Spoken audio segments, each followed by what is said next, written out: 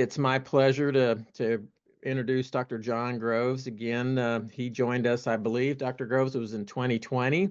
And at that time, he gave a really good talk on thinking about how to manage animal disease from the standpoint of thinking about pen spacings and some of those things. And tonight, we asked Dr. Groves to share a little bit about kind of considerations for animal health protocols from a preventative standpoint on newly received feeder cattle. And Dr. Groves, I'm going to let you share a little bit of your background with the folks as well, and we'll go ahead and let you get started.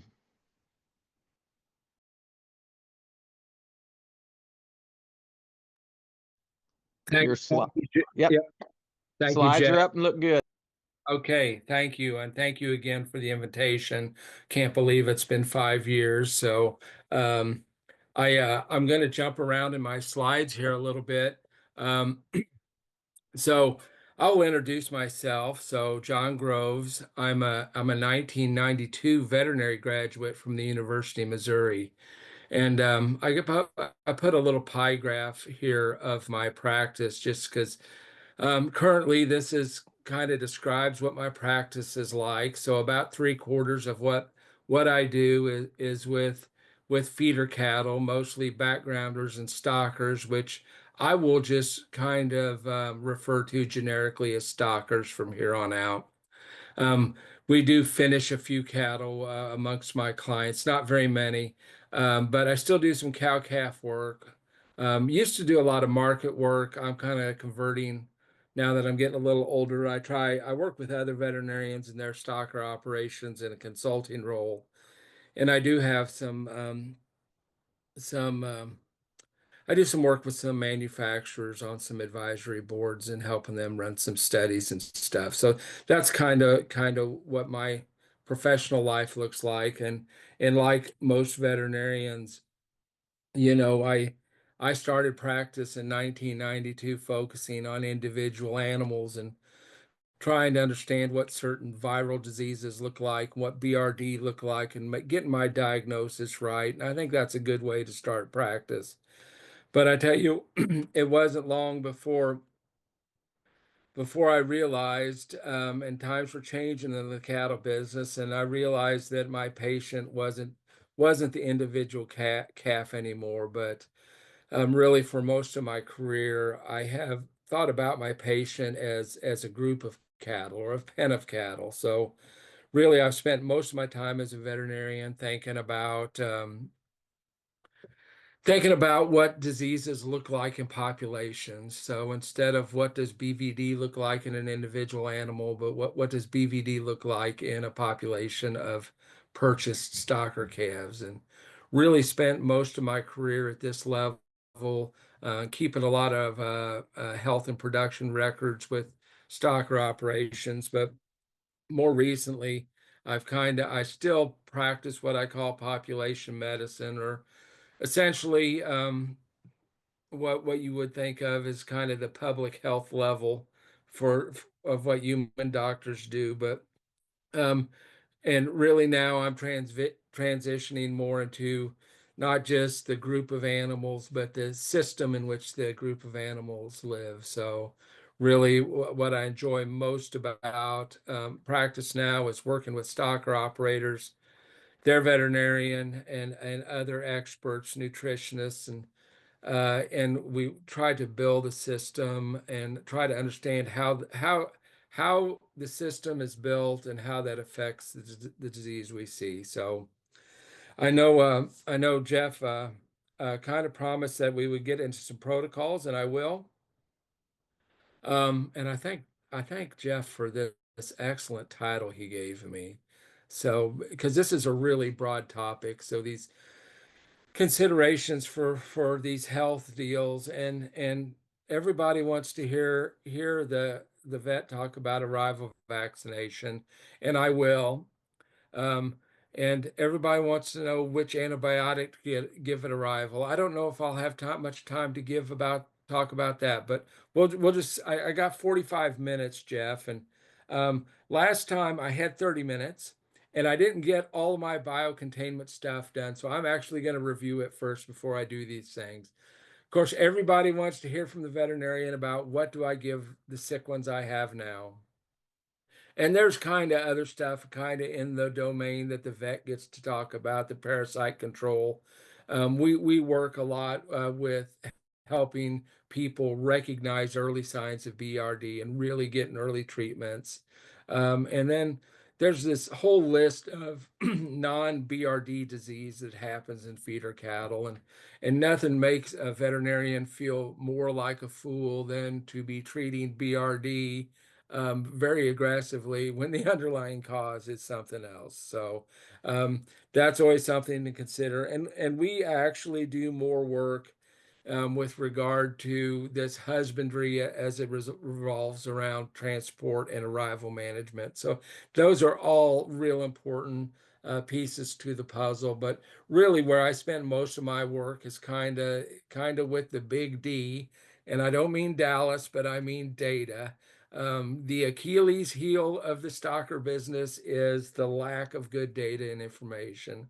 Um, Very rare to run onto stalker clients that do a nice job with their data. It's actually one of the highest leverage things you can do is to keep good records. And it's kind of a requisite to kind of get Doc Groves on your team is that we're going to put in a record system because I like to have that data to inform our decisions. And really, the other real high leverage thing I talk to Docker people about is this piece of the puzzle I call biosecure and biocontain. So I'm actually going to run through it first before we get to vaccination protocols. And and and really, veterinarians almost always talk about risk factors as it pertains to calves.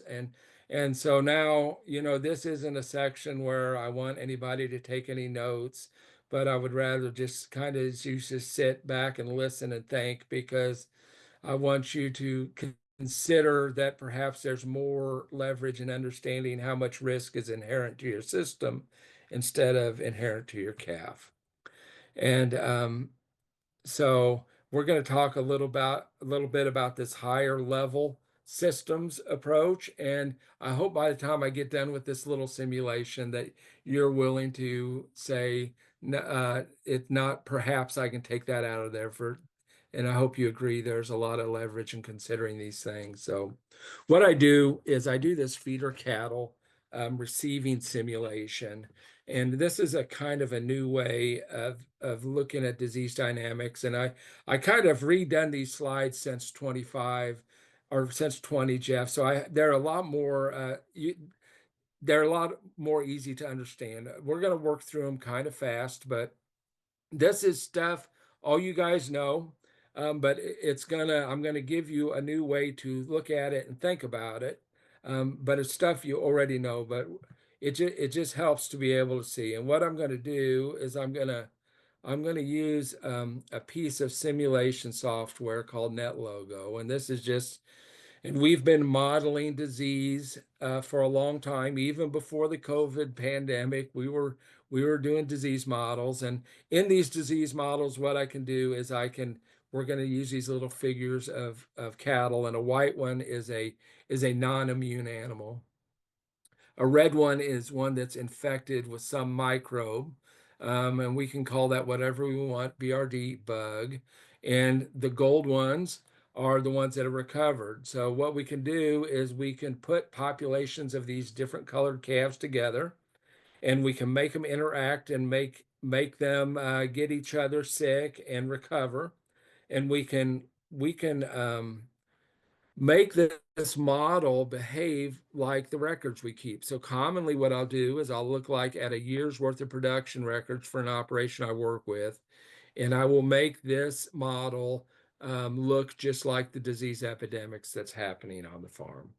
So remember, white are ones that are just like God made them. They're all naive and aren't immune to anything. Red ones are the ones that are carrying a bug, and gold ones are the ones that are recovered. So, and just as a baseline here, I'm going to tell this model that when we buy feeder cattle at the sale barn, there's a 5% probability that any individual calf could have picked up a microbe that will make them sick.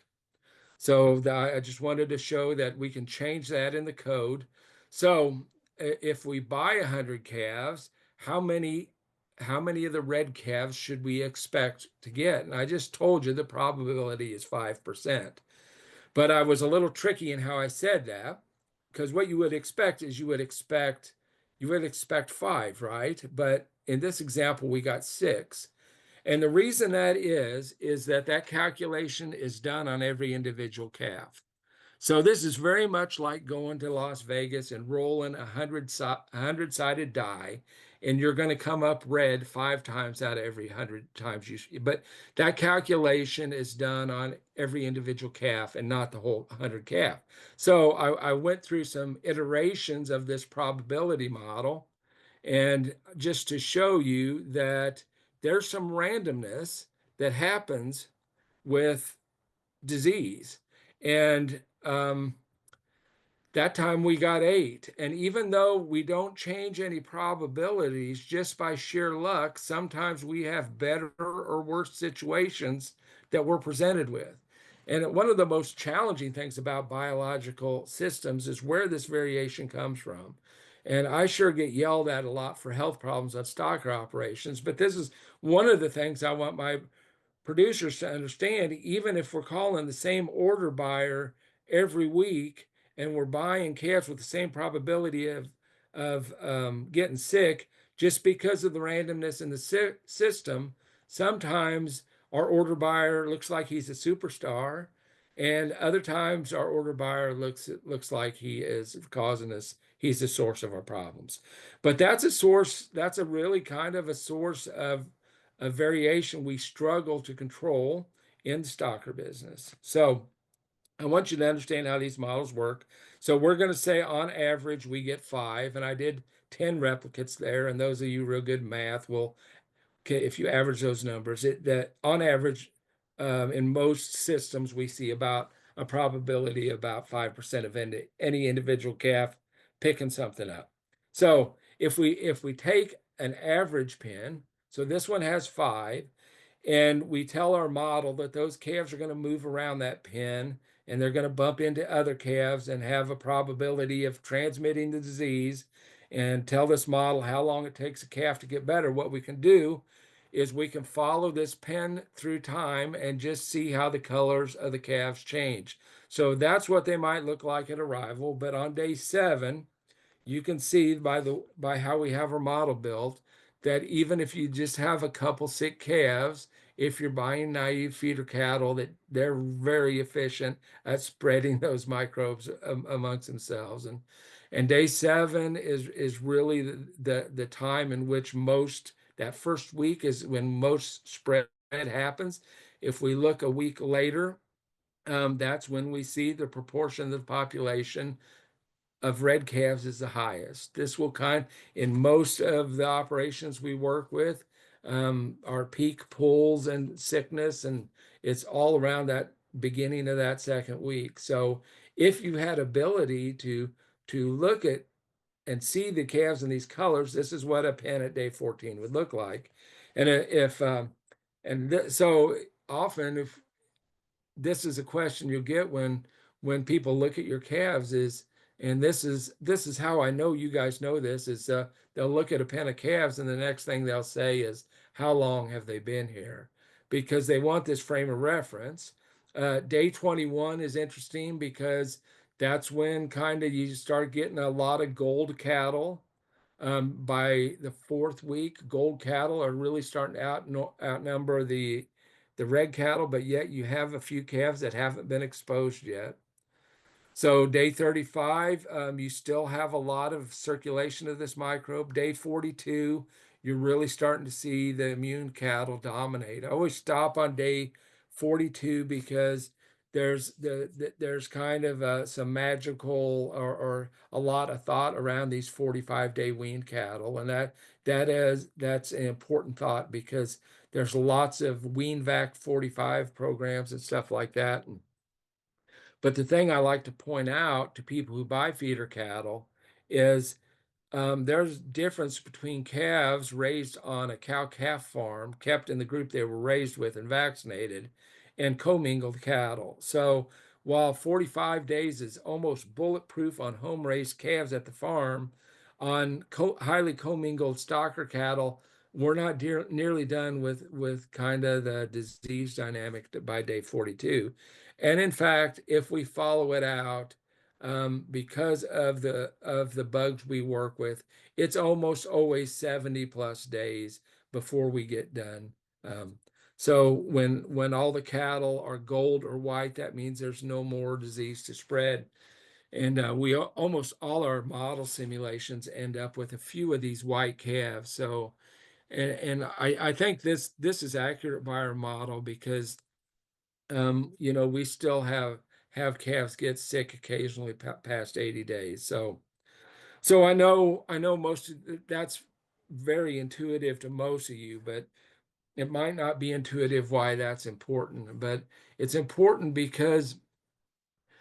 so because if you know the days on feed, you can actually use that as a pretty powerful leverage in how you handle high risk cattle. And I'll explain that a little bit further, but you can develop these tactics on how long it takes to populate a pen. And not only how long it takes to populate a pen, but where you want that pen of new cattle to live. And this is some data that actually it's pretty old by now because it was near the time Draxon was just launched, and these bars represent four groups of cattle. So this was all a pen of 200 heifers, and they went in on four groups, one on day one on another group on day 5, another group on day 9, and another group on day 12.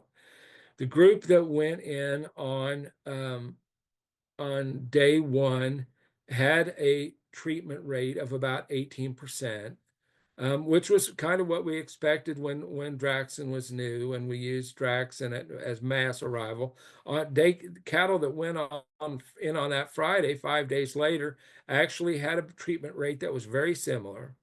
Um, Cattle that went in, I think, the next Tuesday, uh, and we never even knew this was happening until we were keeping records, but they had a little bit higher treatment rate, but we didn't worry about it. I mean, we didn't think, some groups of cattle, 30% is not a lot to pull.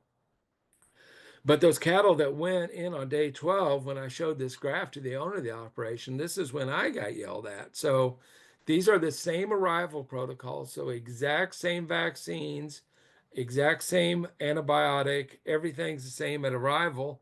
And of the cattle that went on day 12, 80 of them required treatment. And of course, the owner called me and says, "What's the problem with our medicine? Does it no longer work? And if we can't do better than that, I don't know why we're even running them through the chute." And this is, I was learning a lot here too. So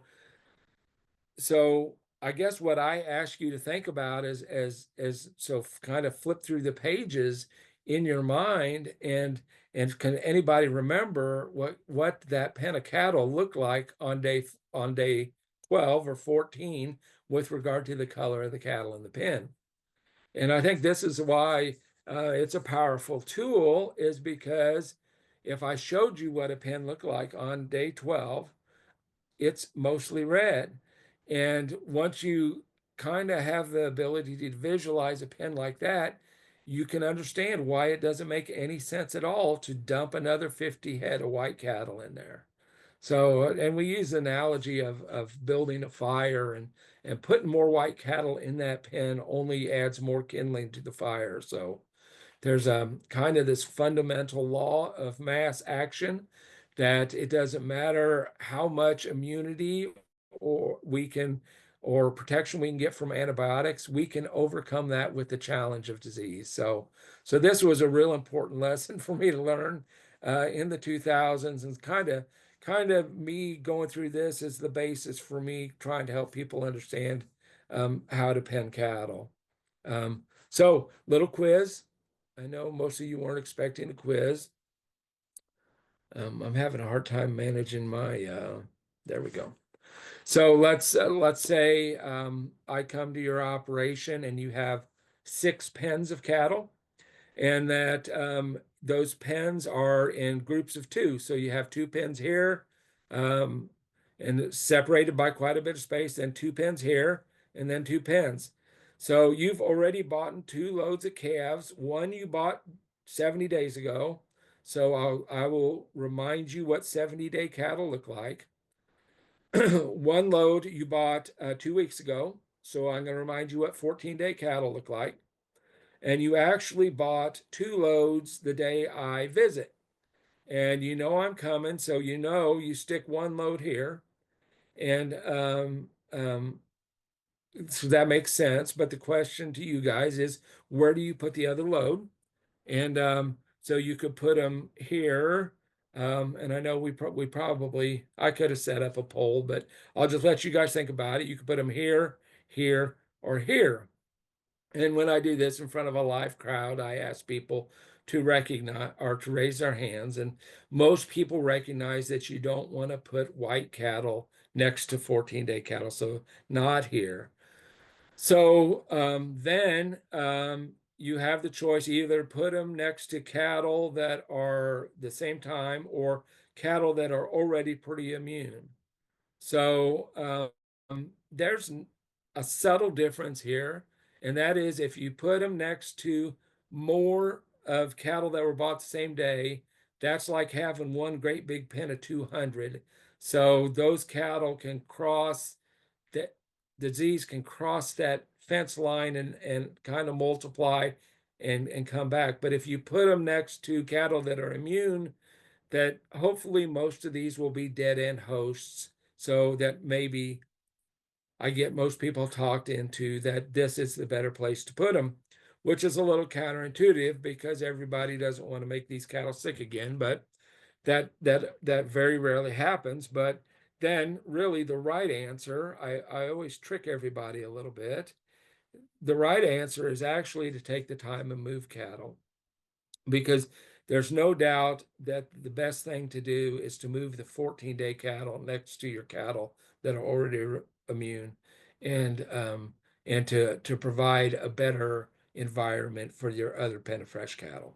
So and I know this is tough, and I know I'm talking to a group of producers, and because I've had yelling matches with producers about the effort it takes to move cattle, but this is actually a really powerful tactic, and eventually you will learn how to do it. Once you get comfortable with it, most of my uh, producers are kind of more innovative in ways to move cattle. So for me at least, that's the more correct answer. But what do we do usually is we usually like to fill pens how we buy cattle and how we feed them. So I want you to think about the implications of putting week one cattle here, week two cattle here, week three cattle here. So if you put first cattle here and come in here with new cattle, they're going to carry all their own inherent exposure, plus they're going to get extra exposure from being next to week one cattle that have been here 7 days. So they get a little extra challenge. And so they sit there and percolate a week, and then you bring in another. So they get their own inherent plus an extra challenge from these. And what happens is kind of what we call a bioamplification down this whole row. And I will tell you that the people that I work with that buy these high risk cattle, this to me is not sustainable. So this kind of pinning um, approach, um, although for most of my career I've been fortunate enough to have a bunch of good antibiotics to use. Though those times are changing, but so you can only get away with this for so long, and then disease will really get bad, and it will be difficult to control. So this understanding this, I think, is probably one of the most impactful things, and it's probably everybody wants to know what's the difference between stocker cattle and feedlot cattle. And to me, this is the fundamental difference, because on stocker operations, when you only keep the cattle for a short amount of time, that means even if you do the best job you can penning cattle, by nature of how long you keep your cattle, most of your pens are going to be in some form of being red. So, and this is a lot different just because, see, these numbers are days on feed. And we know if you don't keep cattle very long, that means your average days on feed is going to be low. And there's just no getting around, your pens are going to be red. And this is fundamentally different than feedlots where they feed cattle for 160 to 180 days, where almost all their pens are full of gold cattle and they have rare um, occasional new cattle. And even when they have pens of new cattle, they're protected on each side by pens of immune cattle. And that really makes a lot of difference. And fundamentally, um, that's the difference between stockers and feedlots. So days on feed, pay attention to it, develop your strategy on how long it takes before you close the gate on a pen. For me, that's probably 5 days, but shorter is better. And then do the best you can about being able to pen these cattle in a way to where they're not neighbors with a pen going through an epidemic. Um, And I told you this is the fundamental difference between feed yards and stocker operations. And if you think about it, feed yards, their population stays there long enough to where they can get this endemic stability, we call it. That means the disease kind of spreads through them all and settles down. And what we do is we practice quarantine there. So we're very careful about new animals bringing in disease. We don't want to bring in a disease that's going to upset the whole population. But stocker operations, by the way, they move cattle through are endemically unstable.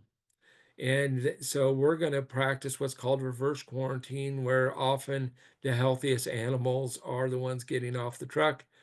Nearly every other pen in there is going through some state of an epidemic, getting straightened out. So that's something just to think about as you go forward.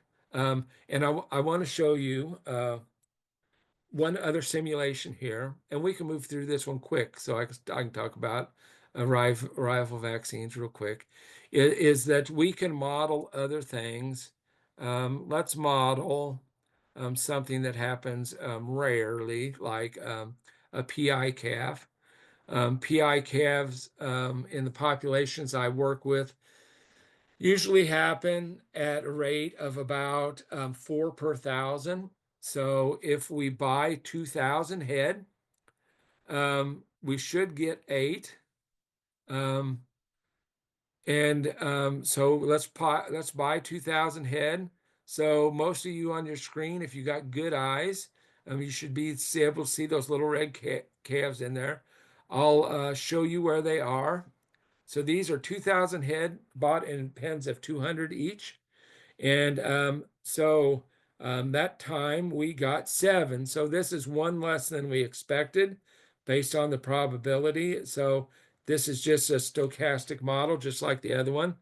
So we also know that being next to a PI is almost as bad as being in a pen with PI. So really what I want to submit to you is we had 7 PIs. Well, I'll just show you. We had 7 PIs in these 2,000 head of 200 head pens. So the consequences of that is we had 1,400 head that were pen mates with PIs, and we had 1,800 that were exposed to PIs. So we only had one pen that was not exposed to a PI. And if we run that simulation again, we might get more. So that time we got 9 PIs. Every pen was exposed. Um, and I want to suggest to you that a point of leverage might be able to reduce your pen size. So let's use the same probability and put them in 100 head pens instead of 200 head pens. So the PIs still come at the same. I haven't changed the probability of any calf being a PI. And so I'll show you where they are. I'll show you the adjacent pens. But I will also show you, because our pens are smaller now, we had a higher probability that a calf could be non-exposed. So this time, even though we didn't change the probability of getting a PI, we were able to protect 40% of our cattle, and all we did was go to a smaller pen. So same simulation with 100 head pens. There they are, and there's your adjacent pens. That time we protected 30% of the cattle. And if you're curious like me, I hope most of you are thinking, what would happen if I went to 50 head pens? And I will tell you, this is what we do in real life on bigger stocker operations. And and when disease gets challenging, I often get calls, doc, having really bad problems. We want to change up the vaccine, change up the antibiotic, and I can do that. Sometimes it helps and sometimes it doesn't. But one thing that I can recommend that always helps is making the pen size smaller. So I'll show you where the PI showed up in these populations. So still only 2,000 head of cattle, but this time we have smaller pens. There's your adjacent pens. That time we protected over half the population. I'll run the simulation again. We'll do it fast so I can get to vaccine.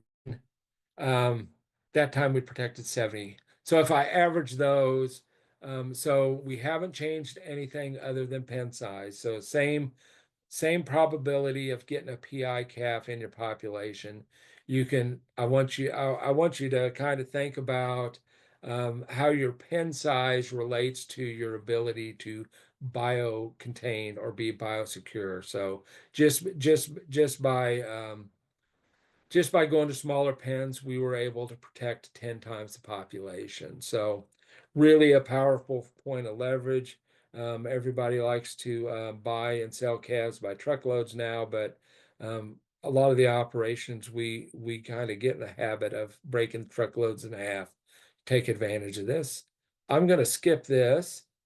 And Jeff, I think I got maybe 15 minutes left, so I'm going to jump forward and talk about some vaccines quickly. Um,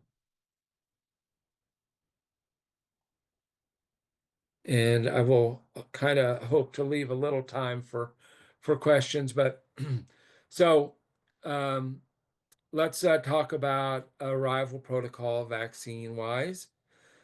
So first, let's talk about what's available. So there's groups of microbes that are viruses that are related to BRD. So what do we have?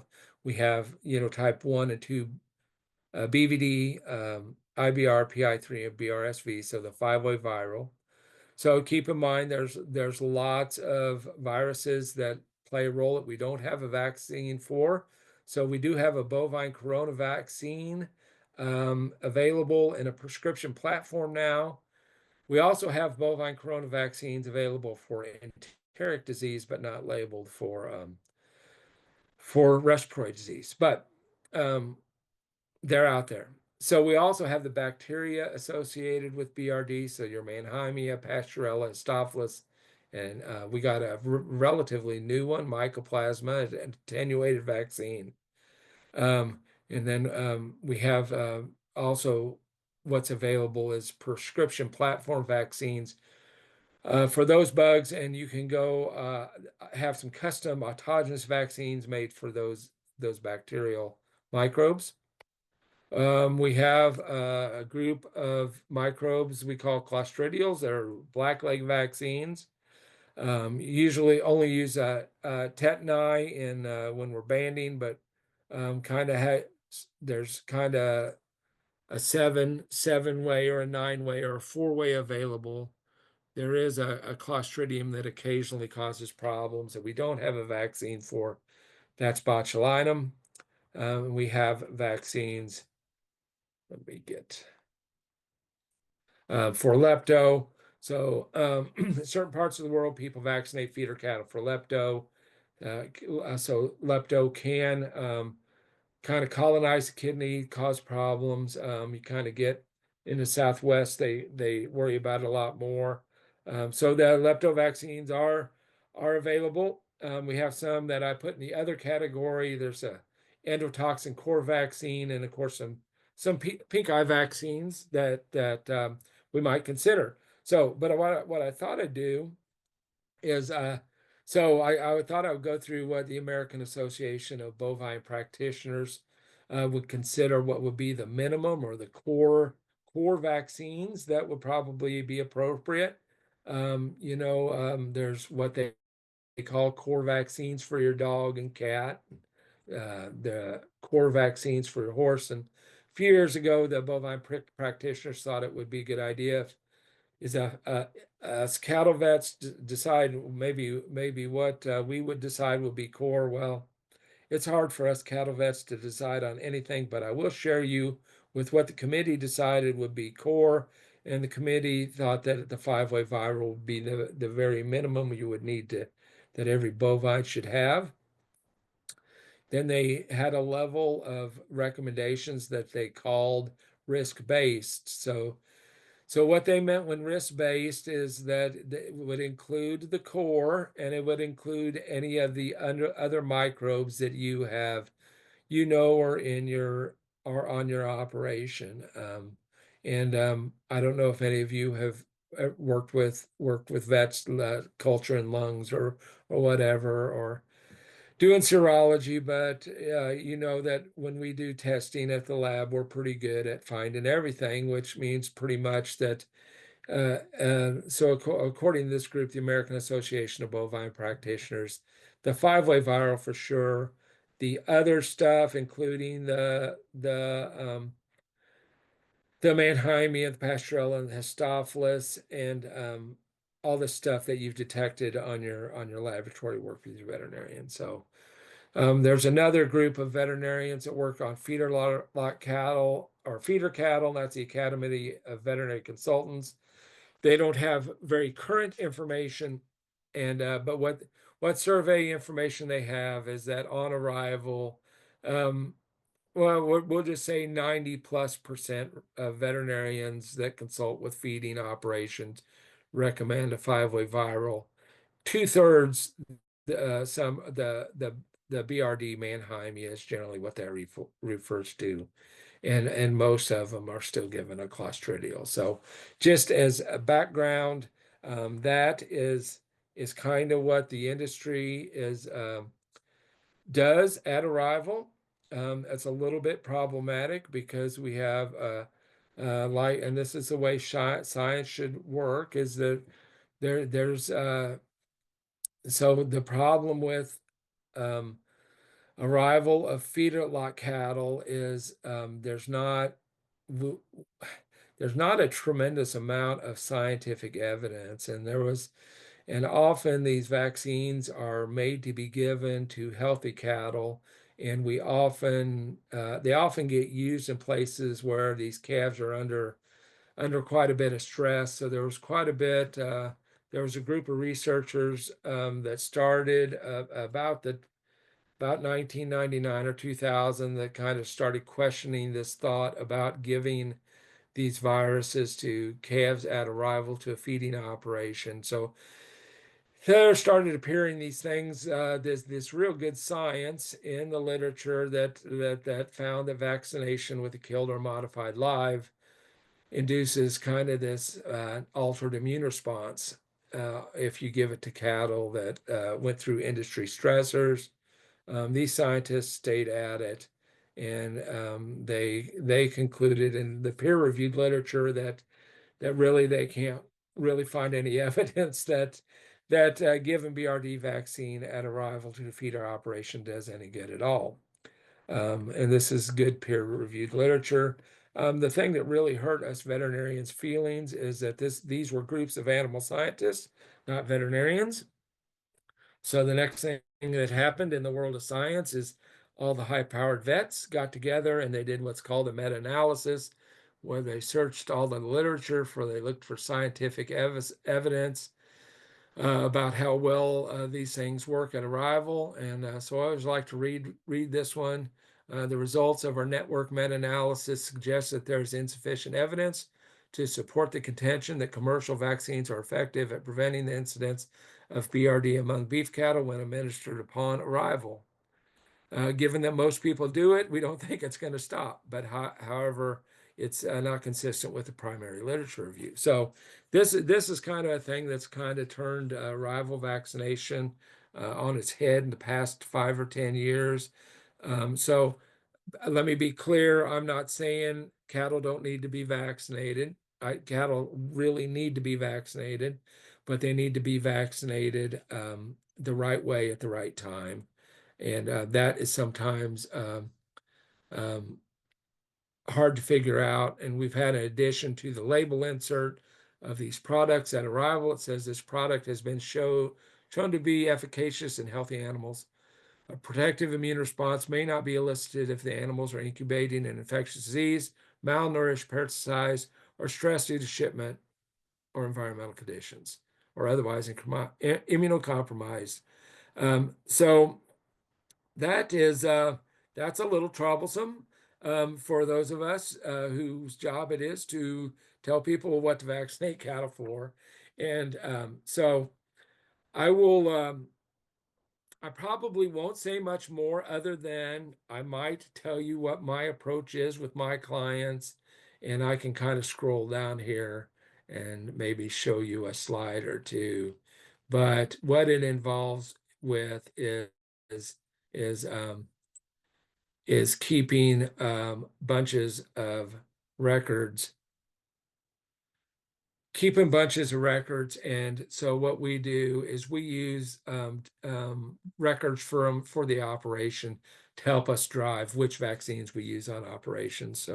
So we can do the best for the producer and feel like at least we have some data to support what we're doing. So Jeff, I think I'm almost out of time. Um, I want to leave a little time for questions. So I don't know if we have any questions or. So again, those of you that came on maybe a little late, if you've got questions, you can type those into the Q&A session and we'll get those answered. Dr. Groves, I do have a question. So when we think about these feeder cattle that are coming in on arrival that are in a lot of situations commingled in our area because our average farm sizes are going to be 30 cows or less typically, and we're commingling a lot of different groups of cattle together. How does that change kind of your thoughts on administering vaccines on arrival? Well, so I guess over the past decade or so, I've really maybe my perspective now is that maybe we have been a little bit aggressive with our vaccination protocols. So I look for opportunities to vaccinate not as many products or sometimes situations where I can delay that till maybe 30 days. So I think it's important that while, we commingle, put the cattle together, it's important we get a vaccine into them sometime because those cattle are going to move to the feedlot at some point. We want them to do well. The question is, how can we do that in a way that is least disruptive? I mean, it's a little bit problematic, but I will tell you that the protocols, the operations I work with there's not nearly as many products in them as there was um, 10 years ago. So Yeah. we tend to use maybe a three-way product as opposed to a five-way product if we can. Um, I worked with an operation that a bigger operation where we didn't give anything till day 30. But those are things that need to be done under the close monitoring of a good attending veterinarian and a good set of records. I mean, you just don't want to jump off in that deep end without kind of your finger on the pulse. But once you got a good relationship with a good attending vet, I do have maybe Jeff, and I'll steal one of Katie's. I did have one slide stuck in there that I wanted to share, and it's kind of a commercial. let me back up to it, is that, I've been a proponent for a long time that stocker medicine is very different than feedlot medicine. And I think people are kind of starting to hear me. So if anybody, shoot, I'll find it. If anybody, and I don't know if we have any practitioners on tonight, but we are going to have a seminar with the American Association of Bovine Practitioners this summer, um, in Ashland, Ohio. So, and I've I've been lucky enough to work with quite a few vets in Kentucky and Tennessee, and I'm very impressed with their skill. And they're very, very good at this. And so, if anybody's interested, keep that. You might throw that to the vet that helps you. That hey, they're going to have a good seminar. So. Fantastic, and we'll make sure and share that information too. And Dr. Groves, we've got some questions that came in first. What vaccine would you consider recommending live versus killed? Um, just to be clear, I got a license to practice only in Missouri. I don't practice. So with most of my operations, we use live. Now, so technically, we use attenuated vaccine. So words are very important. And so a point of order is that one of the things that I've tried to stop using is the word using modified live vaccine. So from a biological standpoint, I don't consider viruses to be alive. They don't metabolize their own energy and they can't reproduce. So to me, they're not alive. So um, we do use attenuated viral vaccines. But I think as an industry, we need to get away from using the word live with regard to vaccine. But that's me being kind of a vaccine nerd a little bit. Do you suggest PI testing on arrival? Um, so yeah, if you can get it done to where logistically it doesn't mess up your operation. So I do work with a few operations where cattle move so fast that it kind of becomes a bottleneck and screws things up. But usually it's worth getting things set up to where you can do it efficiently. But you got to be able to do it at the speed of commerce. That means you're probably going to have to do it at your farm. You got to do it fast. It can become a problem if it kind of creates a bottleneck and you get a log jam. Cattle get stacked up everywhere. So. Yeah. How about this question that came in? Is there any study on the timing of vaccinations, the day of arrival versus, say, 5 days after arrival, treatment rates, mortality? So Yeah, not delaying yeah. really long, but just going out like a 5 day. Yeah, so there's more and more published. I'm not aware of any at day 5. There's several studies now that compared arrival and 2 weeks. Those are kind of equivocal. Kind of the way I'm looking at things now, the reason I don't like to wait 2 weeks is because I know what those pens look like at 2 weeks with regards to those red cattle. So if you look at the label indications for cattle for that vaccine, it says for use in healthy cattle. And unless you're buying awful good cattle, I don't know how part of your pen isn't pretty red at day 14. So the way I'm thinking about it now is we either do at arrival or we kind of wait out there maybe 30 days or so. But that's something we have a lot to learn about. And if anybody has experience, I mean, I learn as much from my producers as anywhere. So if anybody else has any perspectives on that, I'm willing to listen. So On cattle that come in and you're thinking about, is there any like data that would suggest stocker calves should be pulled until they're no longer febrile and quarantine for so many days after treatment versus, say, treating and going back to the home pen? I think that's kind of the question here. yeah, that's a real good. I like that question because we tended to kind of take these rules out of the feedlot and try to apply them to our stocker systems. and they don't really work very well. So that is a very specific to how your kind of production system is set up. There's so there we work with few operations where kind of the recovery pin makes a lot of sense. But those are operations that just buy one or two sets of cattle a year.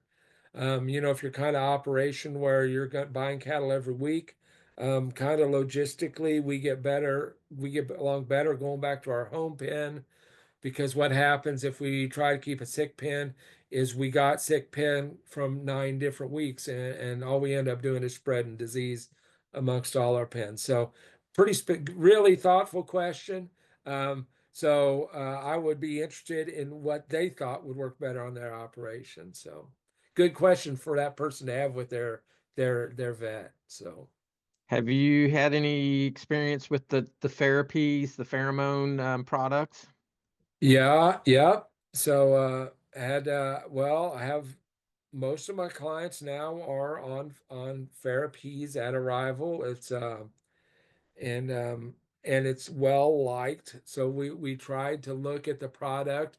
So I told you we keep these big sets of records, and we tried really to determine whether we could pick up any improvement to health, or improve performance. So we don't have the best. Some of our records aren't the most sensitive, and I will tell you that almost all my producers are using it, and but we've not been able really to demonstrate much of a benefit with regard to health, but I tell them that I say, well, it doesn't look like it's helping that much, but almost invariably the operation wants to continue to use it because it affects the behavior of the cattle so much that they think it's worth the expense.